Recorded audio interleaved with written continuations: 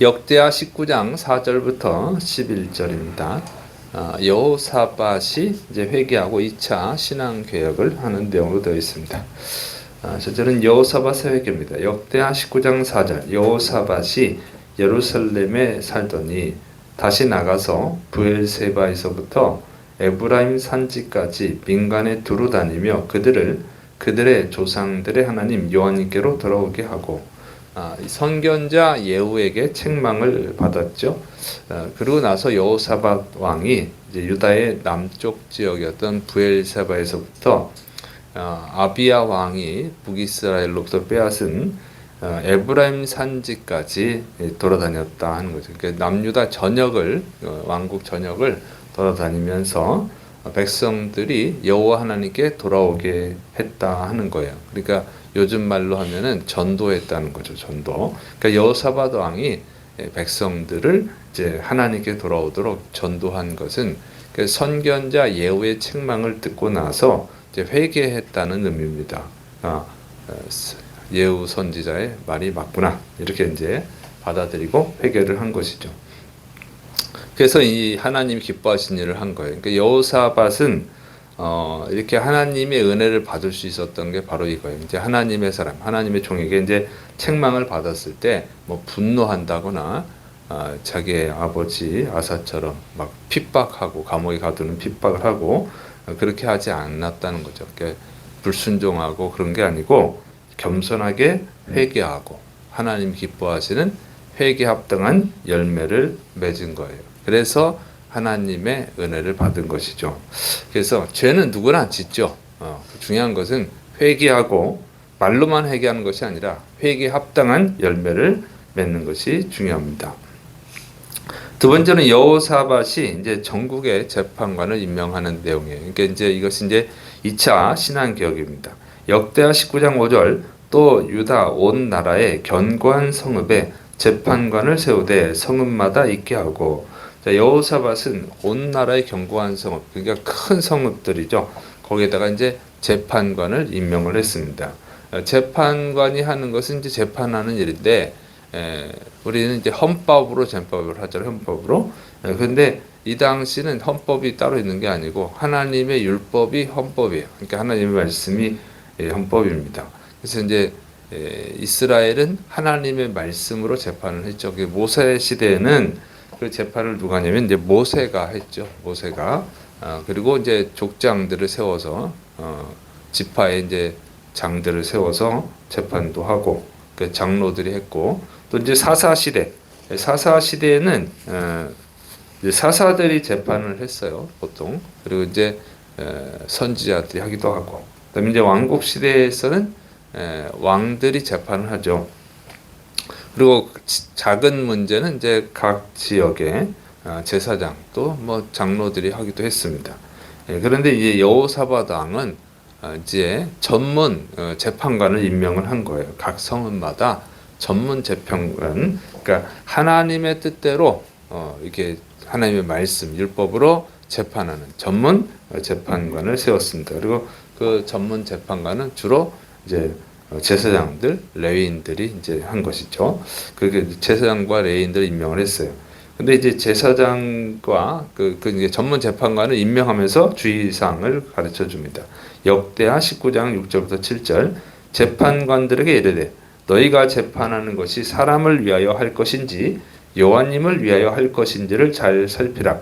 너희가 재판할 때에 여호와님께서 너희와 함께 하심이니라. 그런즉 너희는 여호와님을 두려워하는 마음으로 삼가 행하라.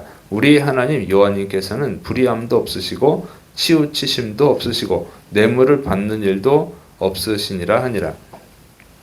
여호사밧 왕은 이 재판관들에게 재판할 때 하나님이 함께 하신다 이렇게 말해요. 이것은 뭐냐면 하나님이 지켜보신다 그런 뜻이에요. 지켜보신다. 그래서 명심하고 하나님을 두려워하는 마음으로 하라. 그래서 사람을 위한 재판을 하지 말고 하나님을 위한 재판을 하라 이렇게 명령을 하죠. 그리고 하나님은 아무런 불의함도 없고 치우치심도 없고 뇌물을 받지도 않는다 이렇게 가르쳐주고 있어요. 그러니까 하나님은 공정한 재판을 하는 거죠. 누구한테 치우친다. 나랑 친한 사람하고 뭐 이렇게 내 가족이고 친척 이렇게 치우치지 않는다는 거예요. 그리고 뭐 뇌물을 받으면서 편들어주고 이런 것을 하지 않는다. 이걸 명심하라고 하는 것입니다. 왜 그러냐면 이제 하나님의 말씀, 그 율법으로 재판하는 전문 재판관을 세우는 이유는 하나님이 기뻐하시는 나라를 만들기 위함이죠. 그러니까 하나님의 말씀으로 통치하는 그런 나라를 만들기 위한 것인데 이 재판관들이 뭐 자기랑 친하다, 자기한테 뭐 돈을 줬다, 이렇게 불의한 재판을 해버리면은 백성들이 하나님께 나오는 게 아니고 이 하나님에 대한 불신을 갖게 되겠죠. 그러니까 하나님을 떠나버리게 된단 말이에요. 그러니까 하나님이 통치하는 나라가 아니라 불의가 통치하는 나라가 돼버리면은 이게 안 되는 거죠. 그러니까 신앙 개혁이 실패로 돌아가는 거죠. 그래서 이렇게 엄하게 명령을 하는 것입니다. 자, 그래서 우리 기독교인들이 추구해야 되는 것은 바로 이런 것이죠. 근데 우리나라는 기독교 국가가 아니니까 그렇게 할 수 없죠. 하나님을 잘 믿는 사람을 재판관을 세울 수가 없잖아요. 근데 할 수가 있는 것들이 뭐냐면 기독교인들이 열심히 공부해서 재판관이 되면 되는 거죠. 또 아니면 이제 재판관들, 정치인들을 전도하면 되는 것이죠. 그렇게 좀 긍정적으로 만들어가면 됩니다. 그런데 교회만 다니면 믿는 건 아니에요. 보니까 교회 다니는 정치인들, 국회의원들, 교회 다니는 뭐 장관들, 교회 다니는 재판관들이 있긴 있는데 그들이 하나님의 뜻과 전혀 상관없는 오히려 하나님의 뜻에 반대되는 역행하는 그런 재판을 하고 정치를 하는 사람들도 많더라고 보니까. 그러니 가짜 기독교입니다. 그것은 아무리 교회를 다닌다고 해봐야 소용이 없어요. 예수님을 믿는 사람들은 정치를 하면 정치 속에 하나님의 뜻이 실현되게 해야 되는 거예요. 법을 만들면 법 속에 하나님의 뜻이 실현되게 만들어야 되지 진짜 기독교인이죠. 그러니까 우리나라 처음에 우리나라 건국할 때 이승만 대통령이 진짜로 하나님을 잘 믿었기 때문에 이 우리나라 법이라든가 이런 것에 하나님의 진리가 실현되도록 노력을 한 면이 있습니다. 그래서 우리나라 이제 이 종교 군대 이제 종교 생활을 할 수 있도록 만든 것도 이제 이승만 대통령이죠. 그래서 군대 가면 예배 드릴 수 있게 만드는 거예요. 그래서 그런 것들, 그러니 뭐 다른 종교도 형편상 허락을 해야 되니까 했지만 중요한 것은 군대에서도 복음을 전하고 예수님을 영접하게 하려고 했던 것이죠. 이렇게 하나님의 뜻을 실현하는 사람들이 진짜 기독교인이라는 거예요. 그래서 완벽할 수는 없지만 어쨌든 하나님의 뜻을 실현하려고 해야 됩니다. 그게 이제 진짜 기독교인이죠. 자, 그래서 오늘날은 가짜가 너무 많다. 그래서 교회가 우리 한국 교회가 회개해야 됩니다. 진짜 기독교인들 재판관, 진짜 기독교인들 정치인들을 세우면 우리나라가 정말 하나님 기뻐하시는 나라가 될 줄을 믿으시 바랍니다. 자, 이제 그 다음에 예루살렘에도 재판관을 임명합니다. 역대하 19장 8절부터 9절. 여호사밧이 또 예루살렘에서 레위 사람들과 제사장들과 이스라엘 족장들 중에서 사람을 세워 여호와님께 속한 일과 예루살렘 주민의 모든 송사를 재판하게 하고 그들에게 명령하여 이르되 너희는 진실과 성심을 다하여 여호와님을 경외하라. 자, 여호사밧 왕은 또 예루살렘에도 레위 사람들, 제사장들, 족장들을 재판관으로 세우고 진실과 성심으로 재판을 하라. 하나님을 경외하는 재판을 하라고 명령합니다. 여기 보면 각 성읍에 큰 성읍들의 재판관을 세웠는데 또 예루살렘은 이제 남유다의 수도죠. 거기다 또 세웠다 얘기해요. 근데 이것이 차이점이 있는데 뭐냐면 각 성읍의 재판관들이 해결하지 못한 그 문제를 재판을 하는 것이 이제 예루살렘 재판소입니다. 그러니까 예루살렘에 있는 재판관들은 상급 재판관이죠. 상급 재판소예요.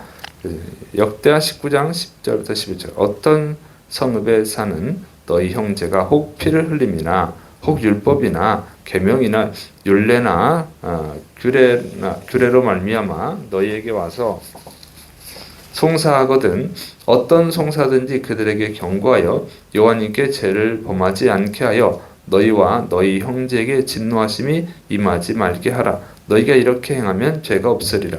여호와님께 속한 모든 일에는 대제사장 아마랴가 너희를 다스리고 왕에게 속한 모든 일은 유다 지파의 어른 이스마엘의 아들 스바랴가 다스리고 레위 사람들은 너희 앞에 관리가 되리라.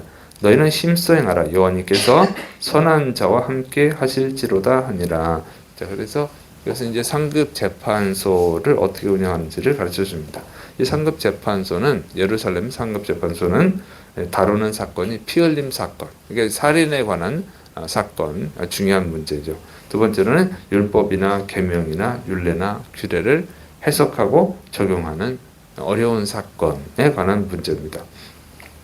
자, 이런 그 재판을 할 때는 정말 잘해야 된다. 그러니까 상급 재판소를 만든 이유가 정말 잘해야 된다. 우리 나라식으로 하면 이제 대법원이죠. 왜? 이 잘못 재판해 보면 하나님의 영광을 가리고 백성들이 하나님을 또 멀리하게 되죠. 그러면 하나님의 진노를 받는다. 심판을 받게 된다. 나라가 백성이 심판을 받는다. 그러니까 정말 잘해야 된다. 진실한 재판을 하라고 명령하는 것이죠. 그래서 이 재판을 두 개로 나눠요. 그래서 여호와 하나님을 섬기는 일에 관한 재판은 대제사장이 하는 거예요. 그리고 이제 왕에게 속한 재판, 일반적인 재판들은 유다의 지파의 어른으로 임명을 했습니다. 그리고 레위인들은 뭐냐면 그 재판관들을 돕는 이제 관리로 임명을 했습니다. 그래서 이게 체계를 다 갖췄어요. 여호사밧이. 그러니까 이 여호사밧이 이제 선견자, 그러니까 예후에게 책망을 받은 후에 회개를 하고 이렇게 하나님의 말씀, 율법으로 통치하는 나라를 만들겠다 하는 이제 계획을 세우고 신앙 계획을 한 것이죠. 그래서 하나님이 여호사밧을 또 용서하고 사랑한 것입니다. 그때 우리가 이런 면을 배워야죠. 여호사밧이 잘못한 것도 있는데 누구나 다 잘못을 할 수밖에 없어요. 인간이니까 죄인이라서 죄를 짓는 것이죠. 그래서 우리에게 필요한 것은 날마다 회개가 필요하고 신앙 개혁이 필요하다는 거예요. 우리에게 하나님 말씀으로 날마다 우리 자신을 돌아보고 그 잘못된 것들을 개혁해 가야 될 줄을 믿으시를 축원합니다. 그리고 우린 한국교회가 잘못된 것들을 자꾸 개혁해 가야 돼요. 그러면 하나님의 사랑을 받고 또 우리 여러분이 개혁을 해가면 여러분이 사랑을 받고 우리 한국교회가 개혁을 하면 우리 한국의 전체가 다 복을 받는 것입니다. 그래서 날마다 개혁하고 또 우리나라를 위해서 우리 한국교회를 위해서 또 기도해야 될 줄을 믿으시 바랍니다. 기도하겠습니다. 사랑이 많으신 하나님 아버지, 우리의 부족함을 용서하여 주옵소서. 예수님의 십자가의 피를 의지하고 날마다 회개하고 하나님 기뻐하시는 회개에 합당한 열매를 맺게 하여 주옵소서. 특별히 또 우리 한국교회가 바로 설 수 있도록 다시 회개의 역사가 회개의 붕이 일어나게 하여 주옵소서. 예수님의 이름으로 감사하며 기도드립니다. 아멘.